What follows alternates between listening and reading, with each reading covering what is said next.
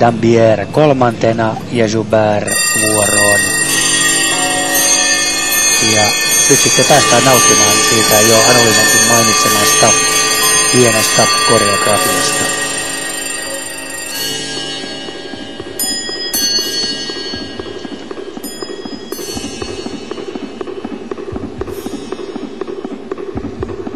Pink Floydin Time, aika musiikkina.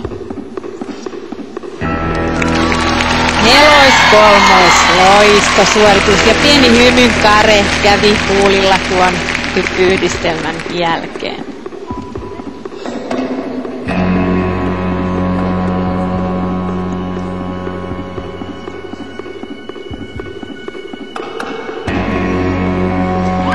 Ja hieman matala kolmoisaksen, mutta ei mitään virhettä.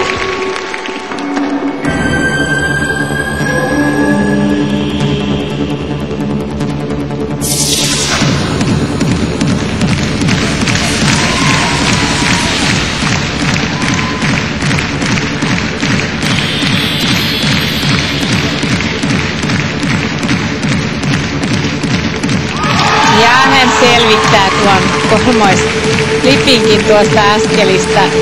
Vielä on kuitenkin liian aikaista tuuletta. Ohjelma on puolivälissä. Katsotaan, kestääkö tahti ja rytmi loppuun asti. Juuri nyt näyttää siltä, että ilman muuta kestää.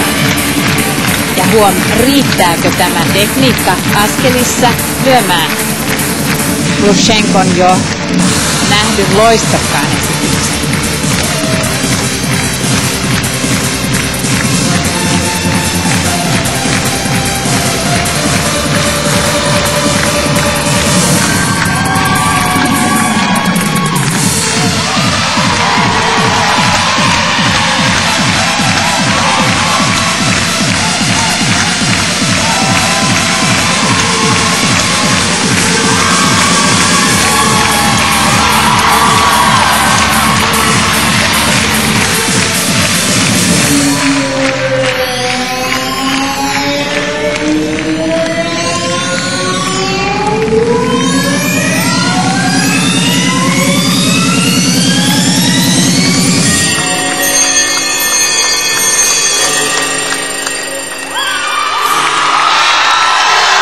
Oikea loppu saatiin tähän kilpailuun.